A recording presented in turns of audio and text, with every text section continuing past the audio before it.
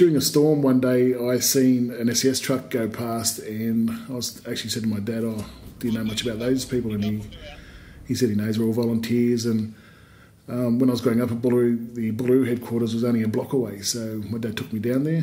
I was 17. At the time I joined, I was the youngest person they had. So I joined up the Lake Macquarie unit in 1987, and I've been in it ever since.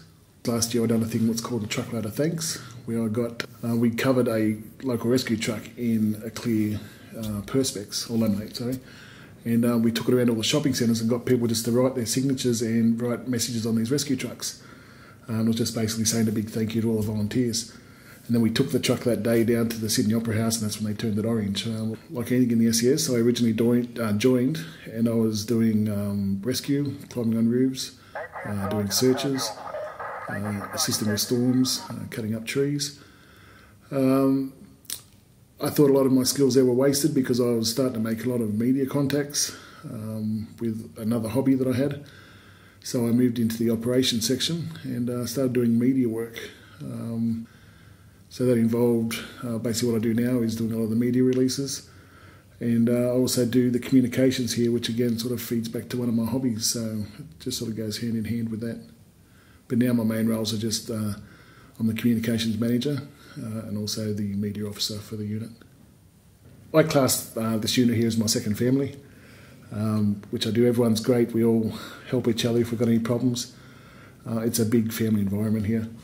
We all sort of look out for each other, and it's good. You get satisfaction where you know someone's rang in, especially an elderly person, where they've got a tree on their house. A tree on their house. And they've got no one else to call, they've got no family, yet we've got some volunteers that will go out in the pouring down rain, and they'll get the tree off their house and they'll tarp it, and they'll make sure the place is all right for the lady to have a good night's sleep. That's what I like. We're organising a day on the 22nd of September. We're going to have a storm safe day. The storm season basically runs from October through to February, and statistically that's the time of the year where we get a lot of thunderstorms, strong winds, hail, flash flooding.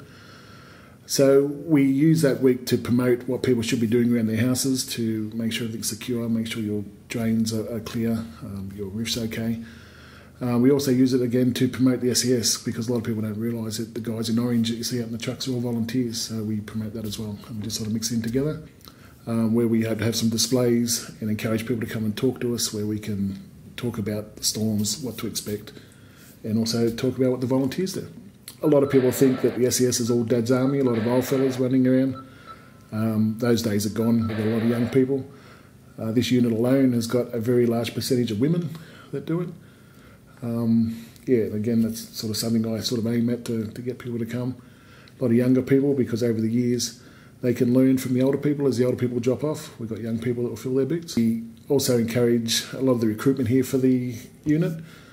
Since I've joined and become involved in the recruitment, we've doubled our membership. We're now the largest members. This unit's got the largest membership base in the Hunter, and a lot of it's got to do with my recruitment that I do for that. So you've got to be willing to give up your time. Basically, the only thing the SES is going to cost you is your time. They supply everything else. They'll supply the uniforms. They supply the training, which is accredited Australia-wide. So you can take your chainsaw certificate that you learn here, go to an employer, and it's recognised Australia-wide. So with all your first aid and all that's all taught to you, it's all free. Where a lot of places charge you $120 at all first aid course. So the only thing that costs you is your time. If you're willing to give up your time, that's ideal for you to join.